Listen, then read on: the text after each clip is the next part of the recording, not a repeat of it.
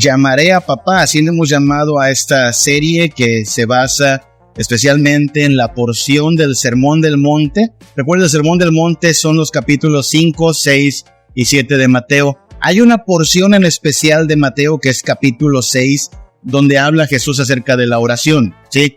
Ya lo leímos hace un momento. Jesús dice, miren, no se trata de repetir bla, bla, bla, bla, bla, bla, palabrería. Dios no te va a escuchar más por tus palabras. Vaya, sí deberíamos tener cuidado de nuestras palabras. La Biblia dice que de toda palabra ociosa daremos cuenta. Así es que debemos cuidar lo que decimos, pero aún cuando no encontramos a veces las palabras exactas o las más elocuentes, bueno, eso es secundario. El Señor dice, tú ora a tu Padre. Y es algo importante lo que dice Jesús aquí en Mateo 6. Tu Padre.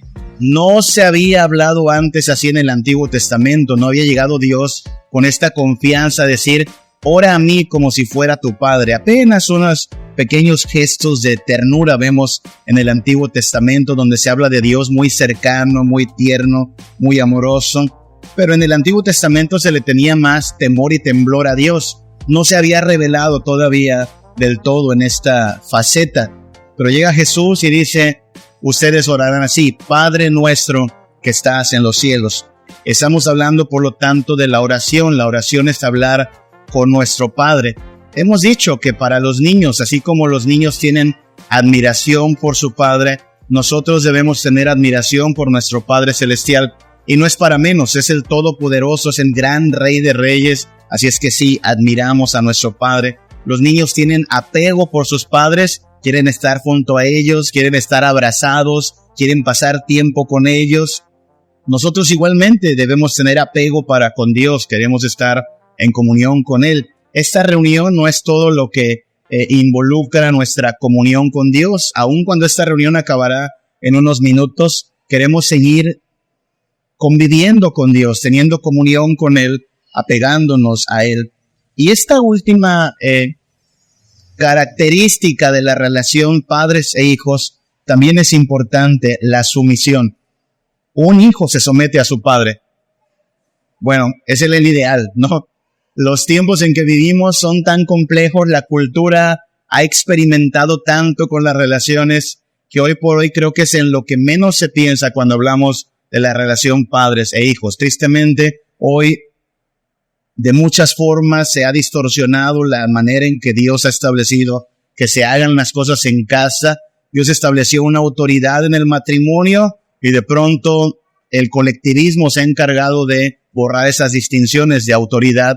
Dios encargó a los padres la autoridad sobre los hijos y de pronto también en nombre de supuestos derechos humanos, ahora resulta que los niños no pueden ser ni siquiera disciplinados porque ya sabe, te cae alguien verificando cómo los tratas.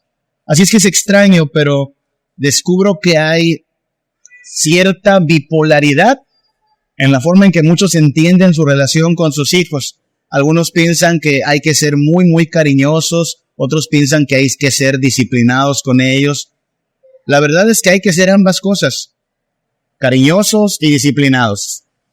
Tenemos que mostrarles a nuestros hijos cuánto los amamos y precisamente porque nos amamos establecemos límites porque no queremos que caigan en vicio, en perdición o tomando decisiones tontas. No hay por qué tener que escoger entre si amo a mi hijo o le pongo límites. Ambas cosas son importantes precisamente porque amas a tu hijo, le pones límites y le pones límites porque lo amas tanto que no quieres que su vida se pierda. Al menos con Dios así funciona. Lo admiramos, estamos apegados a Él, pero nos sometemos a Él, le obedecemos. Y ya hemos leído en la Biblia que Dios al que ama, castiga. De vez en cuando necesitamos la disciplina de Dios, trayéndonos a conciencia de que no estamos aquí para hacer nuestra voluntad. Pidamos entonces a Dios que nos dé sabiduría, ¿no? Porque hay días que le digo, somos bipolares. Un día estamos como poniendo muchos límites y parecen los papás sargentos, ahí poniendo regla, y otro día nos gana la ternura y andamos consintiendo y alcahueteando sus berrinches. No, hay que pedirle a Dios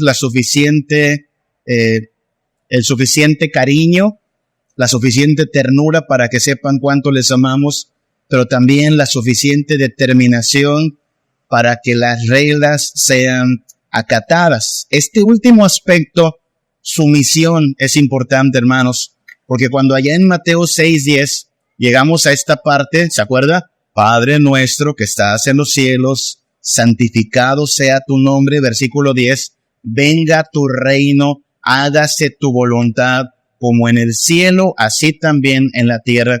Estamos hablando de autoridad y sumisión. Estamos hablando de un Dios que sí, es nuestro papá, nuestro papito. Lo amamos, lo queremos, nos ama mucho, nos ama tanto que envió a Jesús, su Hijo, a morir por nosotros, pero es papá Dios, papá Rey. Y por lo tanto, su reino lo coloca a Él como la máxima autoridad y nos coloca a nosotros en el deber, no la opción, no la decisión si nos parece o no, sino el deber de cumplir su voluntad. La expresión es, hágase tu voluntad como en el cielo, así también en la tierra. Y esto, hermanos, solo esta frase, sin tener que interpretar, sin tener que decir tanto, esta sola frase ya echa por tierra un montón de malentendidos y distorsiones que hay en la actualidad acerca de la oración. Nosotros aquí en Príncipe de Paz de ninguna manera creemos que hay forma alguna en que algo que le pedimos a Dios nos será sí o sí concedido. Nunca hemos enseñado eso. Nunca hemos dicho, mire, haga esto y se le concede, pero así, garantizado. Ore a tal hora y Dios le va a conceder su petición. O ore en esta posición y Dios le va a conceder su petición. O venga aquí al frente, porque aquí al frente Dios escucha más clarito que allá atrás su oración. Nunca hemos establecido esas ideas. O escríbalo en un papelito para que entonces lo llevemos al monte Sinaí y allá en la cúspide del monte Sinaí la elevemos a Dios, porque hay gente que hace eso. Manda una oración para que la lleven al monte Sinaí, allá en Tierra Santa le llaman, y desde allá que suba a la presencia de Dios. Esas ideas, hermanos, esas ideas propias de los mercaderes de la fe, que le dicen, ore en esta posición, ore a esta hora, ore ayunando, como si estas cosas garantizaran que nos vamos a salir con nuestra petición concedida, son contrarias y ajenas a la Biblia. Solo en esta frase, venga tu reino, hágase tu voluntad. ¿Qué estás pidiendo? Que se haga la voluntad de Dios. Y si Dios dice que no, bueno, pues fue su voluntad. Y si Dios dice que sí, bueno, alabado sea su nombre que nos lo concedió. Pero este solo versículo enfatiza la actitud, la sumisión, la humillación o la humildad con la cual oramos. Es, si tú quieres, Señor, si nos lo concedes, Señor, si es tu voluntad, Señor. Sí, Papá Dios, pero también Señor soberano. Estamos hablando de una doctrina que atraviesa toda la Biblia, que es la doctrina del reino, ¿sí? Hablaremos mucho de esto porque así dice el versículo 10, venga tu reino. Sabe, hermanos, sin querernos poner muy técnicos, el libro que Dios nos dejó es un libro que requiere ser interpretado, no solo leído, requiere ser interpretado. ¿Qué quiere decir interpretado? Bueno, a veces Dios dirá cosas como, si tu ojo te es ocasión de caer, sácatelo. Mejor te es entrar en el cielo tuerto que al infierno irte completito, ¿no? Y cuando lo leemos, ninguno de nosotros dice, bueno, pásame el cuchillo para sacarme un ojo. No hacemos eso. Interpretamos, decimos, bueno, seguramente a lo que se refiere Jesús es hay que tomar las medidas necesarias para cuidar tu mente, tus pensamientos, ¿no? Eso es interpretar. Sí, esto es palabra de Dios, pero la palabra de Dios se interpreta, a veces se habla en otros términos. Bueno, una parte importante de la interpretación es algo que llamamos semántica. ¿Qué es semántica? Cuando podemos agrupar conceptos, palabras que aunque son muy variados, hablan de lo mismo. No tiene usted nada más que ir a buscar la palabra reino para decir, aquí habla del reino de los cielos. No. Donde usted lea la palabra también señorío, está hablando de reino. donde lea la palabra imperio. Está hablando de reino. Dominio, gobierno son sinónimos y entonces abarcan el mismo tema. Donde usted escuche el trono de Dios, está hablando de un reino, porque los reyes se sentan en un trono. Donde usted lea el cetro de Jehová, está hablando del reino, porque los reyes tienen un cetro. Leímos hoy el Salmo 113, ¿no? Alabad siervos del Señor. Donde lea siervos, está hablando de reino. Donde nos invite a postrarnos, está hablando de reino. Donde se hable del estrado de sus pies, está hablando de reino. Reino, reino. Ese es el tema, o uno de los temas centrales de la Biblia. Oiga, el día de ayer hubo una coronación, ¿verdad? Allá en Inglaterra coronaron al rey Carlos III. No sé si lo sepa, pero es un asunto histórico, ¿sabe? Quizás es de los pocos monarcas al frente de realmente un imperio, ¿sí? El reino de Carlos III.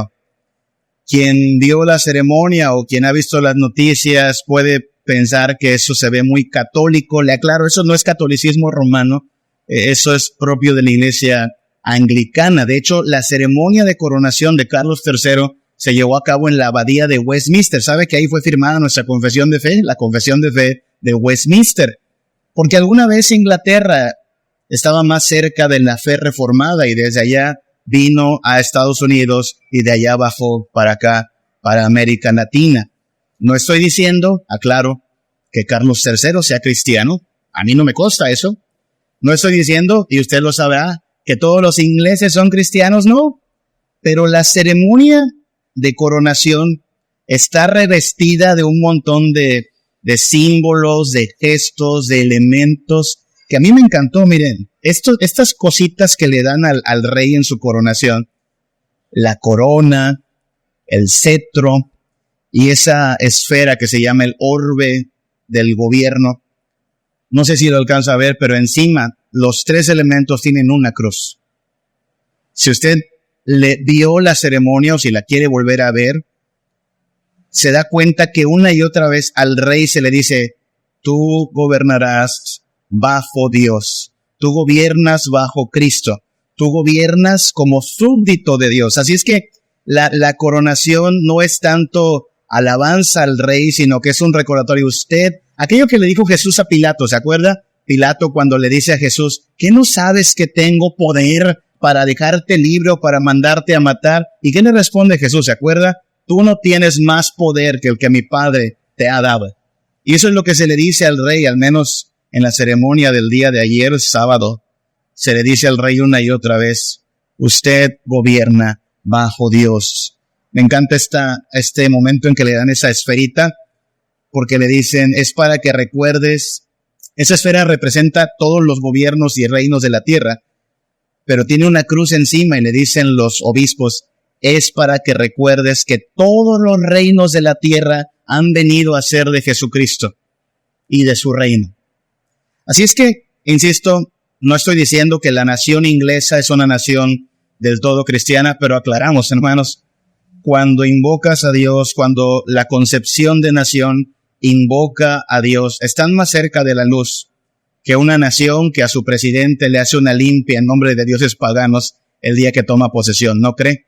Están más cerca de la luz. Ya quisiéramos que nuestros gobiernos tuvieran al menos un poquito esa conciencia de que todo lo que hacen lo hacen bajo la autoridad de Dios. De eso está hablando Mateo todo el tiempo. El reino de Dios, el reino de Cristo, el reino de los cielos. Cuando usted y yo oramos al Rey de Reyes, que al mismo tiempo es nuestro Padre, pero es el Rey soberano. Jesucristo, al entrar en la historia, entra como Rey. Vamos a hacer un breve recorrido por Mateo, ya que estamos en Mateo. Vamos a hacer un breve recorrido por Mateo. Mateo capítulo 1, versículo 1 para empezar. Mire cómo comienza Mateo. Porque el punto de lo que queremos exponer es que usted, si de verdad anhela ser salvo, bendito, bienaventurado, beneficiario, usted y yo tenemos que rendirnos a Cristo como nuestro Rey. Mire cómo comienza Mateo 1:1. Libro de la genealogía de Jesucristo, hijo de David, hijo de Abraham. ¿Por qué razón el Evangelio de Mateo había de comenzar dándonos una genealogía? ¿Cuándo fue la última vez que usted tuvo que contarle su genealogía a alguien? ¿Cuándo fue la última vez que usted se puso a trazar la línea de sus ancestros? ¿Alguna vez lo ha hecho? Yo no. Es por ahí como un ejercicio que te dejan en la primaria nada más para que tengas una tarea que hacer, ¿no? Y a lo más que llegamos es a nuestros abuelos, a veces a los bisabuelos. Pero aquí trazará Mateo una línea de sucesión hacia David y luego hacia Abraham. ¿Por qué a David? Hermanos, porque estamos hablando de un rey. Si algo importa en los reinos, en los imperios, es ¿quién será el sucesor? ¿Sí? ¿Quién será el sucesor? Por eso en los reinos es pues una catástrofe si de pronto no hay niños. ¿Quién va a heredar? ¿Quién va a gobernar cuando falte el rey?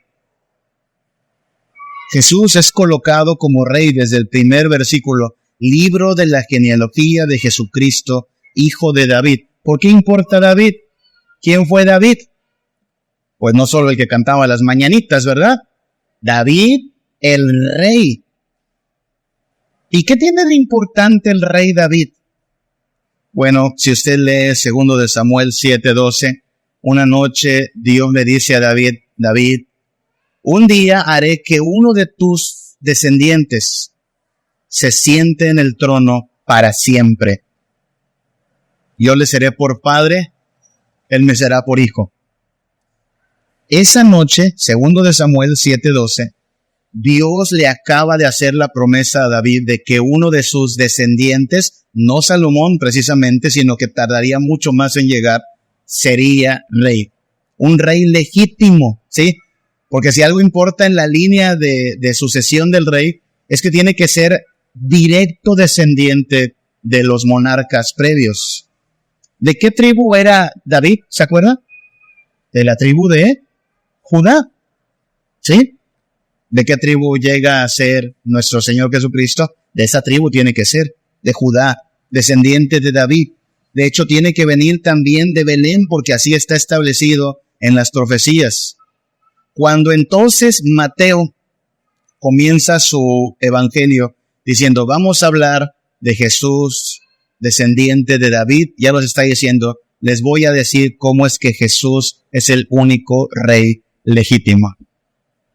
Ahora saben, nosotros los humanos tenemos cierto gusto por la usurpación.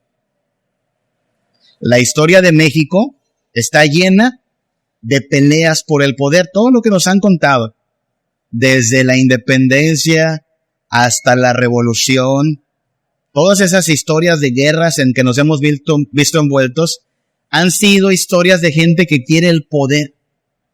Y cuando en el poder está alguien que no me gusta, pues la tendencia ha sido usurparlo, derrocarlo, armar una revolución y hacernos del poder. Ahora no estamos aquí para hacer historia de México. La historia de la humanidad ha sido un intento de destronar al rey legítimo. ¿Quién es el rey legítimo? Dios. Dios fue el rey eternamente y para siempre. Y un día crea un par de súbditos, Adán y Eva. ¿Y qué quisieron hacer Adán y Eva? Según la propuesta de la serpiente, quisieron dejar de ser siervos para hacerse iguales al rey. ¿Y qué pasó? No se puede. Solo hay lugar para un rey. Después de esto, unos loquillos empiezan a construir una torre. ¿Se acuerda de ese pasaje? Hagámonos una torre y un nombre y lleguemos hasta las alturas. La forma en que está escrito eso es, vamos a sacar a Dios de su trono. Y empiezan a construir. ¿Qué hace Dios? Solo confunde su lengua y con eso ahí quedó su intento de usurpar la gloria. Solo hay un rey legítimo. Ustedes y yo no somos reyes, ni de nuestra vida, ni del universo. No. A veces queremos regir el mundo, pero no nos toca a nosotros ser los reyes. El único rey legítimo es Jesucristo. No solo es rey legítimo, es rey universal. ¿A qué me refiero? Mateo capítulo 2. Note que Mateo está hablando en términos de reino, de autoridad, de dominio. Mateo 2:1. Cuando Jesús nació en Belén de Judea, en días del rey Herodes, ¿sí?, vinieron del oriente a Jerusalén unos magos, unos sabios. Ese oriente identifica la región que hoy conocemos como Babilonia, o lo que fue Babilonia en el pasado. Llegan unos magos preguntando, ¿dónde está el rey de los judíos? Versículo 2, que ha nacido. ¿Cómo llegaron a Jerusalén? Su estrella hemos visto en el oriente y hemos venido a adorarle. Eso lo recordamos en Día de Reyes, ¿no? En Epifanía o en Navidad. Pero piensen lo importante que es esto. Acaba de nacer en Belén un bebito cuyos padres no tuvieron ni para una cuna bonita, apenas un pesebre. Pero desde el oriente una estrella ha guiado a unos sabios y preguntan, ¿dónde está el rey de los judíos? ¿A quién le están preguntando eso? ¿Quién es el rey? Capítulo 2, versículo 1. ¿Quién es el rey en turno? Herodes. ¿Qué le están diciendo los magos a Herodes? Señor Herodes, se le acaba de terminar la chamba. Gracias por participar. Usted ya no va a ser más el rey. Ha nacido el rey de los judíos. ¿Quiénes le están diciendo esto a Herodes? Han venido desde el oriente, hermanos. Ustedes y yo no fuimos convocados a la coronación de Carlos III, ¿verdad que no? ¿Por qué no fuimos convocados? No somos sus súbditos. Que él gobierne su pueblo, allá en su rancho. Acá no estamos bajo sus órdenes, ¿no? Pero en esta historia nace kilómetros y kilómetros de distancia en Belén un bebito, y estos súbditos de quién sabe qué rey emprenden el viaje y dice, ojo con la expresión, hemos venido ¿a qué? A adorarle. Hemos venido a adorarle. Así es que este rey que nació en Belén es rey de los judíos, pero es rey también del oriente. Por cierto, la Biblia dice que es rey de todos los ángulos de la tierra. De hecho, en Daniel capítulo 7, del 13 al 14, si usted le lee en casa, verá cómo hay una profecía bien interesante donde un anciano que representa al Dios Padre le concede al Hijo del Hombre un gobierno que no tendrá fin, que nunca será destruido, un gobierno eterno. Estamos hablando de un rey universal, hermanos, en México, en Inglaterra, en los 5 continentes, en el planeta Tierra y en todo el cosmos. Cristo es el Rey. Él es el soberano. Y no solo los sabios de Oriente están llamados a adorarle. Todos deben adorarlo. La Biblia dice que en el nombre de Jesús se debe doblar toda rodilla y toda lengua debe confesar que Jesús es el Señor. No sé si alcanza a captar el punto. Toda esa gente que dice, bueno, pues yo soy ateo. Ok, estás en rebelión contra el rey, pero no creo en ese rey. Bueno, independientemente de que creas o no en este rey, él es rey. Lo siento por tu incredulidad, lo siento por el interés que tienes en cerrar los ojos ante la luz de su verdad. Pero eso no va a cambiar la realidad de las cosas. Hay un rey legítimo, universal, gobernando sobre todas las cosas. Te da una opción. Te rindes y eres receptor de su bondad, su salvación, sus beneficios. Te resistes haciéndote el ateo, haciéndote el libre de hacer tu voluntad y solo recibirás las consecuencias. No hay entrada en su reino para un rebelde. Ante Dios y ante Jesucristo, los humanos o son súbditos o son rebeldes. No hay puntos medios. Algo más, este rey es un rey santo. Es un rey impecable. Mateo capítulo 3, versículos del 1 al 2. Junto con la llegada de Jesús, emerge la llegada también de un tal Juan el Bautista, ¿se acuerda? Y Juan el Bautista dice, arrepentíos, porque el reino de los cielos se ha acercado. ¿Por qué? ¿Por qué eso? ¿Por qué arrepentíos? ¿Arrepentíos de qué? Pues del pecado. ¿Y por qué habría de arrepentirme del pecado? Porque en el reino de los cielos no puede haber pecado. No entrará inmundo en el reino de los cielos, no entrará el impío, el que ama mentira. La Biblia tiene ciertas listas, ¿se acuerda? Los borrachos, los incrédulos, los abominables, etcétera, etcétera. Y no son listas exhaustivas, son solo ideas de toda la clase de cosas que hace alguien que no está sometido a Dios. Así es que si estamos en pecado, necesitamos solucionar el pecado, porque no podemos entrar al reino de los cielos en pecado. Hemos de arrepentirnos. ¿Por qué? Porque este es un rey santo. Los reinos se caracterizan por ciertas cualidades o vicios, ¿sabe? Hablemos de los ingleses. Los ingleses son conocidos por varios aspectos de su cultura, ¿no? Apreciamos la puntualidad inglesa. Apreciamos también la prosperidad inglesa. ¿Por qué es conocido el Imperio Mexicano, hermanos? Esta nación bendita, cuyo eterno destino por el dedo de Dios escribió. ¿Por qué lo conocen a este reino? Pues por la tranza,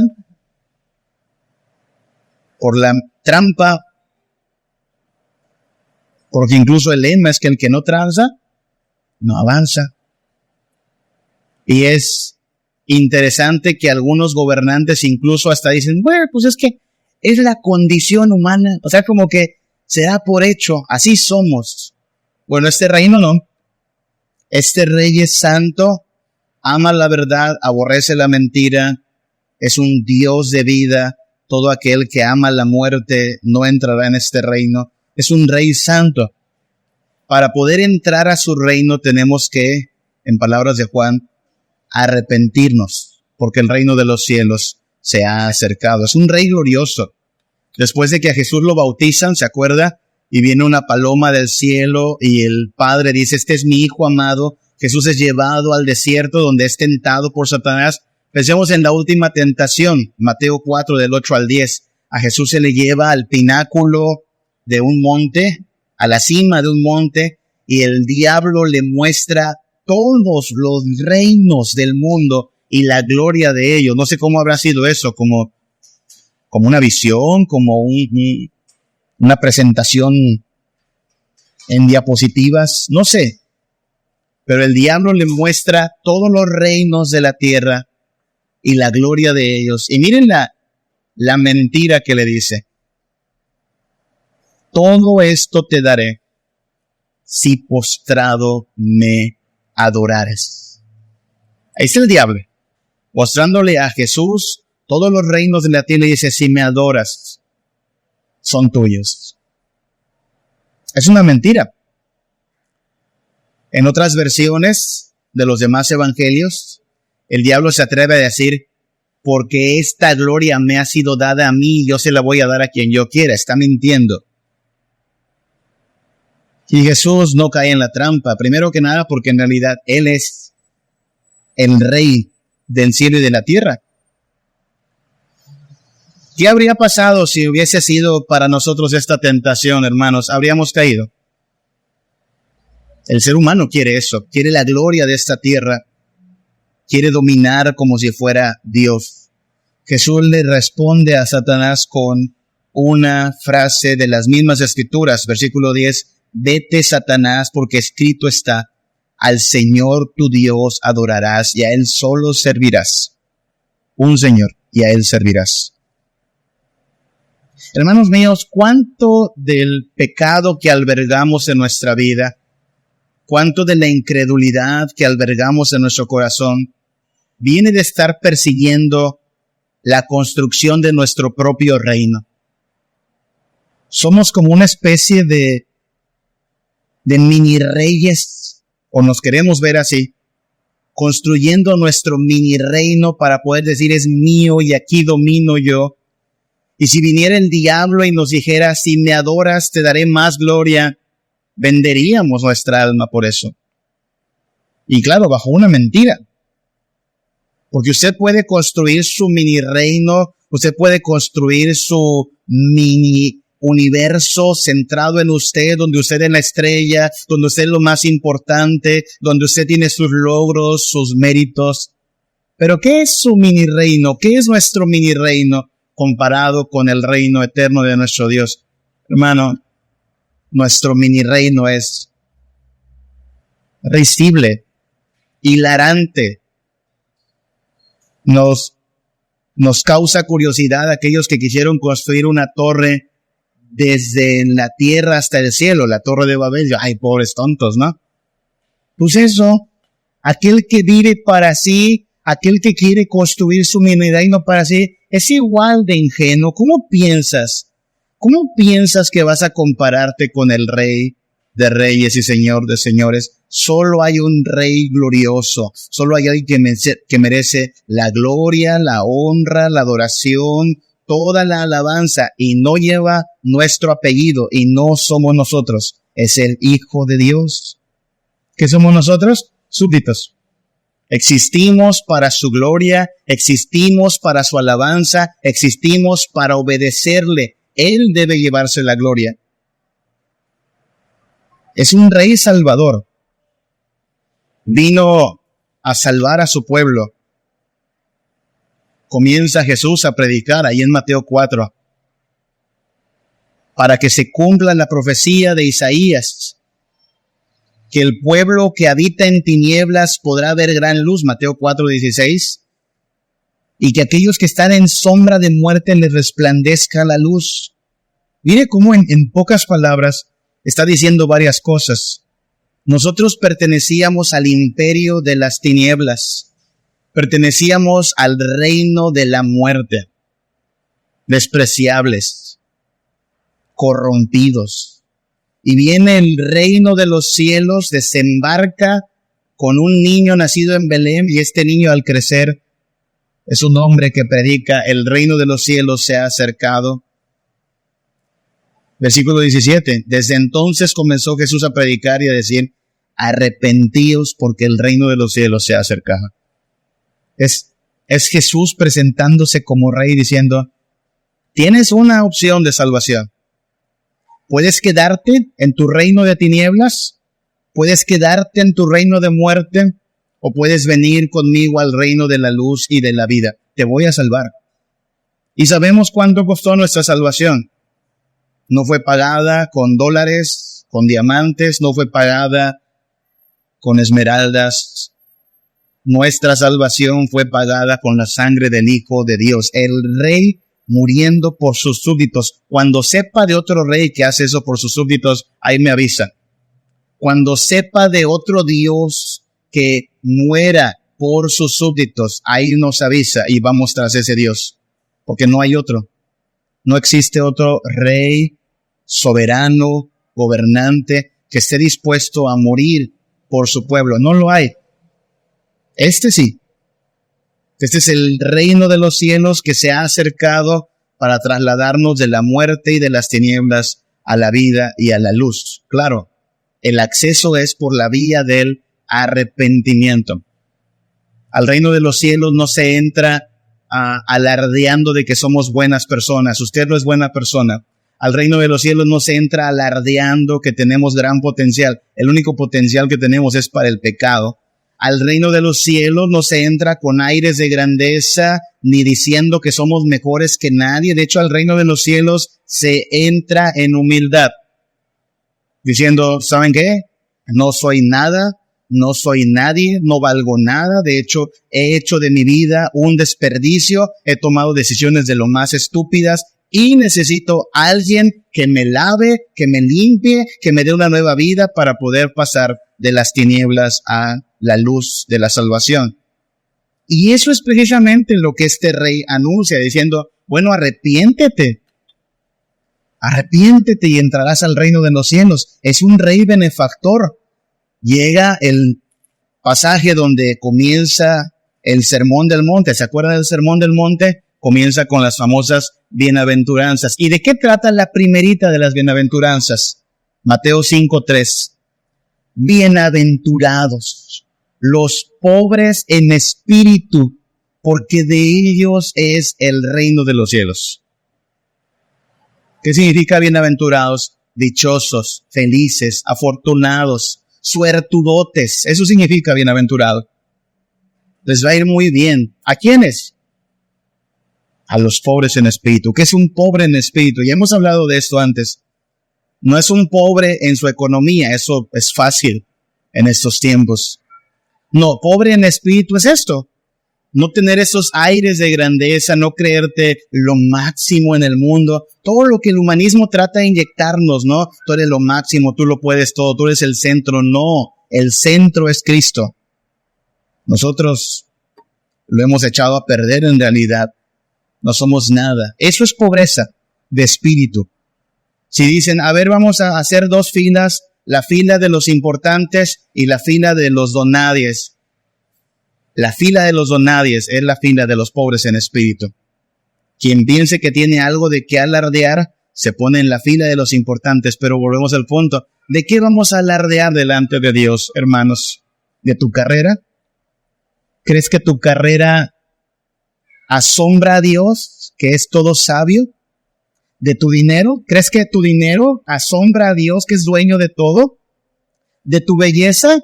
¿Crees que tu belleza asombra al Dios de majestad? ¿De qué vamos a alardear? ¿De qué puede la simple y frágil criatura alardear delante de Dios, incluso diciendo algo así como, Dios, te conviene llevarme a tu reino? No, porque Cristo no bajó a buscar talentos. Cristo bajó a buscar perdidos. Cristo no bajó a buscar patrocinadores. No necesita patrocinadores. Cristo bajó a buscar gente perdida en sus pecados, consciente de que no es nada. Y entonces extiende la invitación. Bienaventurados los pobres en espíritu, de ellos es el reino de los cielos.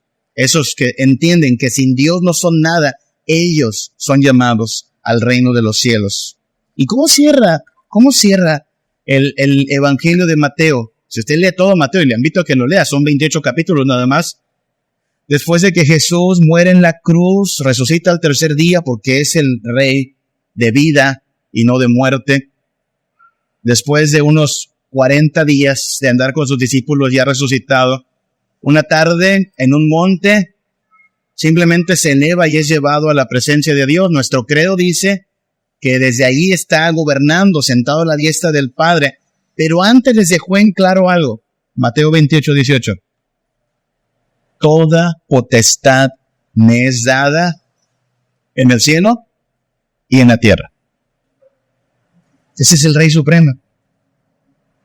Toda potestad me es dada en el cielo y en la tierra. Lo que está diciendo es, yo gobierno, yo mando, yo cuido de mi reino.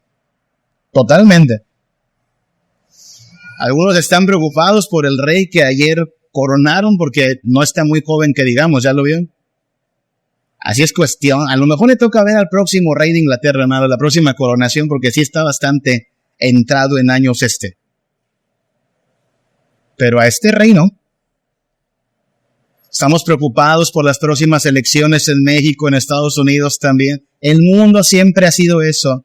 Reinos que se levantan y sucumben, reyes que son entronizados y luego son retirados, presidentes que hacen campaña, llegan, dicen que gobiernan bien, algunos un poquito bien, luego vienen otros. Todos serán una nota al pie en la historia. El único rey que permanece eternamente y para siempre es Jesucristo nuestro Señor. Por eso nosotros descansamos, ¿no? Pero ¿y qué va a pasar en el 2024? Bueno, pase lo que pase, Cristo gobierna, hermano. ¿Y qué va a pasar? Oímos de guerras por el otro lado del planeta. Bueno, qué lamentable que el hombre busque su propia destrucción, pero Cristo gobierna sobre todo. No nos atemoriza. El mañana, las dificultades. Cristo reina, hermanos. Y solo por eso podemos descansar en su soberanía. Lo que estoy diciendo es, quien nos va a llevar esta noche a descansar es nuestro Padre Celestial. Nuestro Papi Dios nos llevará a descansar en la certeza de que al mismo tiempo es el Rey del universo. Sus hijos pueden descansar seguros.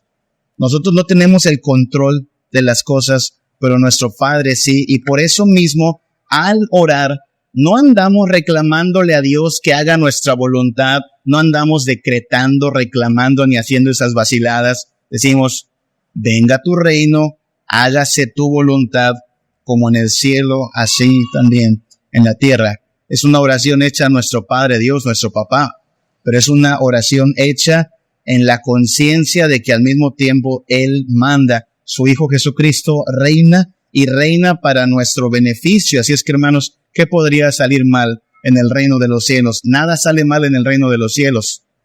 Sus súbditos son siempre benditos, la muerte está vencida, el mañana está en sus manos, todo cuanto acontezca será para su gloria y para nuestra bendición. Así es que, por el honor del Rey de Reyes, vivamos en obediencia, vivamos en sometimiento, acatemos su voluntad, disfrutemos sus bendiciones. Su reino no termina aquí en las paredes de este templo. Aquí no termina su reino. Su reino se debe extender a nuestra vida plena, en obediencia, en confianza, en verdadera devoción.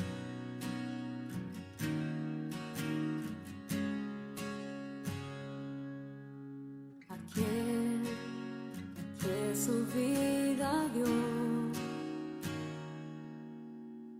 es a quien el Padre todo entregó, al humilde y siervo Dios,